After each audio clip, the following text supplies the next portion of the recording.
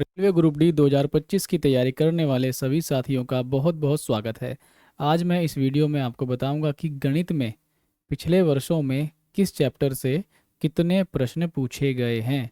इससे आपको एक आइडिया हो पाएगा कि आप कौन कौन से चैप्टर पहले कर सकते हैं या फिर कौन कौन से चैप्टर आपके लिए इम्पोर्टेंट होने वाले हैं। वैसे अगर फुल ऑन फुल मार्क्स आपको चाहिए तो सारा कुछ पढ़ना पड़ेगा, हर एक चैप्टर पढ़ना पड़ेगा। लेकिन अगर आप इस तरीके से पढ़ें कि आप पहले अपने आप को सेफ कर लें, यानी कि इम्पोर्टेंट चैप्टर पहले पढ़ लें और जो कम इम्पोर्टेंट हैं उनको आप बाद में पढ़ लें, तो भी आप कर सकते हैं।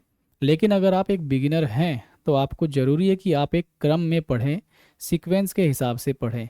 क्योंकि आपका क्या होता है, बहुत सारे चैप्टर दूसरे चैप्टर से रिलेट करते हैं। मतलब अगर आपने नंबर सिस्टम नहीं पढ़ा तो आगे चैप्टर में प्रॉब्लम आपको आएगी।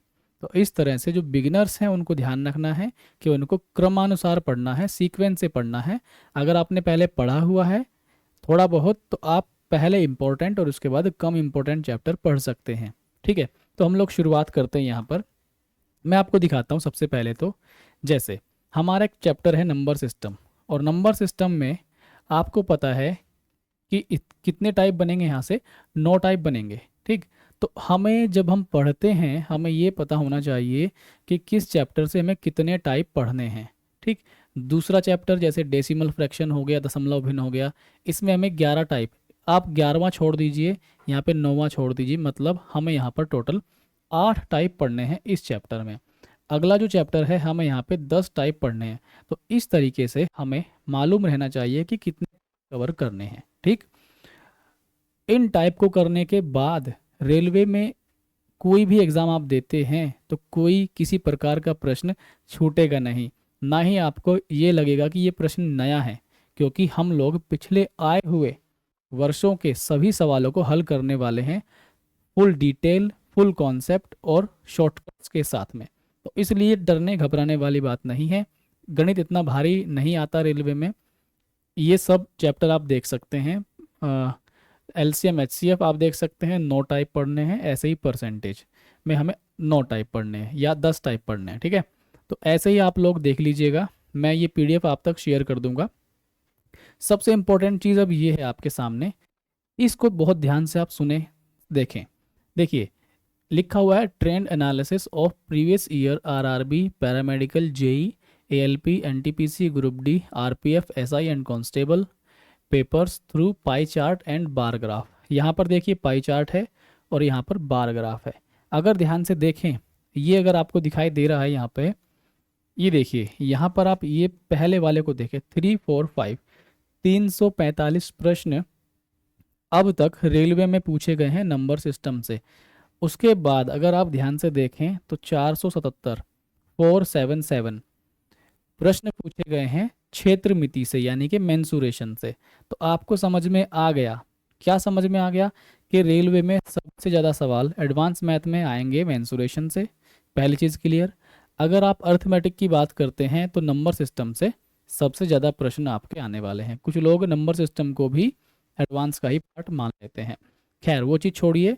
तो आप लोग देख सकते हैं जैसे यहाँ पर दशमलव भिन्न है तो 220 सवाल यहाँ पर आए हुए हैं। ठीक है, तो इस ग्राफ की मदद से, इस बार ग्राफ की मदद से आप समझ सकते हैं। जैसे यहाँ पर आप देखेंगे एलसीएम एचसीएफ से 239 सवाल यहाँ पे आए हुए हैं या 240 सवाल आए हुए हैं। तो अब हमें यहाँ से एक आइडिया हो गया कि हमें कौन कौन से चैप्टर को पहले पढ़ना है और कौन कौन से चैप्टर को बाद में पढ़ना है। जैसे मैं आपके लिए यहाँ पे मार्क कर देता हूँ, जो सबसे छोटे छोटे दिखाई दे रहे हैं आपको, ये यहाँ पर जो डिस्काउंट चैप्टर है उससे 75 सवाल ही पूछे गए हैं। ऐसे ही पार्टनरशिप से 54 प्रश्न पूछे गए हैं, मिक्सचर से 58 प्रश्न पूछे गए हैं। ठीक है, और यहाँ पर अगर आप देखेंगे नाव और धारा से 48 सवाल पूछे गए हैं। ज्यामिति से रेलवे में बहुत कम पूछा गया है, 49 प्रश्न पूछे गए हैं। तो ये जो देख रहे हैं आप बार ग्राफ, इससे आपको एक आइडिया हो गया कि किस टॉपिक को कितना टाइम आपको देना है, किस टॉपिक पर कितनी मेहनत आपको करनी है। तो इसलिए ध्यान में रखना जरूरी है।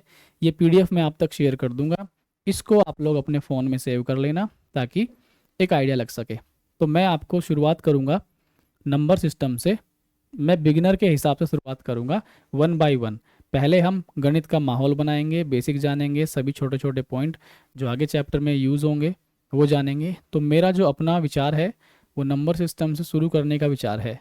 कमेंट करके आप लोग ये बताएं कि आप लोगों का क्या विचार है, कहाँ से शुरू करना चाहिए, कौन सा टॉपिक आपको ज़्यादा प्रॉब्लम देता है, वो सब कुछ जो भी आपके दिमाग में है मैथ से रिलेटेड वो आप इस कमेंट बॉक्स में लिख डालिए।